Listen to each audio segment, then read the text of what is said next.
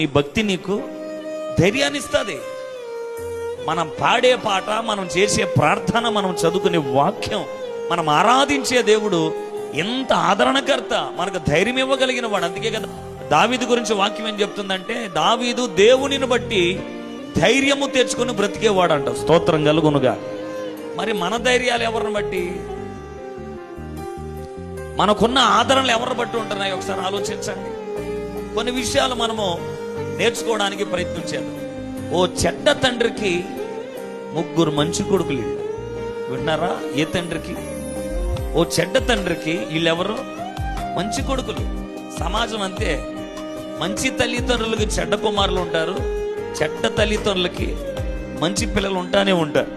కానీ ఆధ్యాత్మికమైన విషయానికి వచ్చేసరికి యావత్తు కుటుంబం అంతా యెహోషువ చెప్పినట్టు నేనును నా ఇంటి వారు యెహోవానే సేవించుదుము అన్నది. హల్లెలూయా. సో ఈ కుటుంబాన్ని బట్టి కూడా నేను చాలా సంతోషిస్తున్నాను. నేను రేరుగా ఎంత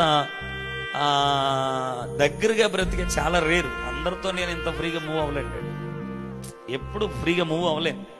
చాలా మంది ఏమంటారంటే, జాన్ గారు వస్తాడు, వాక్యానికి ఎక్కిన తర్వాత ఆమెను దిగి వెళ్ళిపోతాడు, ఎవరిని పడించుకోడు అనేది. కానీ ఎందుకంటే నాకు అంతగా ఏమంటారంటే ఉండలేను, అంత అదో రకమైన ఫీలింగ్స్ ఉంటాయి నాకు. అందుకని అంతగా మూవ్ అవ్వలేదు. కానీ మూవ్ అయ్యానంటే నేను వదులుకోను, ఆ కనెక్ట్ అయ్యేదాకా ఇబ్బంది పడతాను. సో జోషి విషయంలో కానీ, తమ్ముడు జాన్ విషయంలో కానీ, పిల్ల విషయంలో కానీ చాలా నన్ను చాలా ప్రేమించే వీళ్ళు ఉండడం నాకు ఎంతో ఆనందం. ఎందుకంటే ఒకరినొకరు ప్రేమించుకోవడం, ఒకరినొకరు ఆదరించడం, రక్త సంబంధాలు ప్రేమించడం వేరు, రక్త సంబంధం లేనోడిని ప్రేమించడం అసలైన ప్రేమలది. హల్లెలూయా. ఇది దేవుని ప్రేమే తప్ప భౌతిక పరమైనది, లోక సంబంధమైనది కాదు.